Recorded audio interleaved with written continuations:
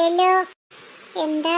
നിങ്ങളുടെ മോന് പക്രക്കുട്ടൻ നമ്മുടെ കടയിലെ 3 കൊട്ട മുട്ടയും എണ്ണയൊക്കെ നശിപ്പിച്ചു.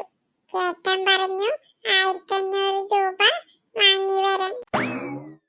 എടി കമലേ, കമലേ, എന്താ ചേട്ടാ, വിളിച്ചോ? ആ വിളിച്ചു. നിന്റെ ആ കുരുത്തം കെട്ട മകനെവിടെ? അവന് കളിക്കാൻ പോയേട്ടാ.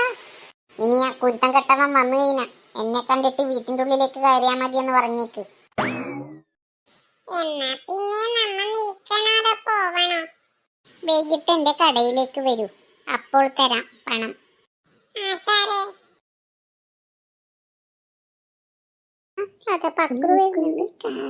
ഒന്നും പറയല്ലേ ചേട്ടാ. അഹങ്കാരം. മോഹം വന്നിട്ടും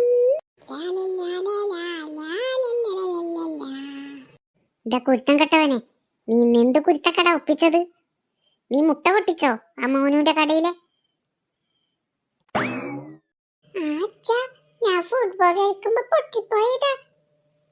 അച്ഛനല്ലേ പറഞ്ഞു നിന്റെ പ്രായത്തിൽ നിന്നെ പോലെ തന്നെയാണ് ഞാനെന്ന്. എന്നാ പിന്നെ എന്താ പ്രശ്നം?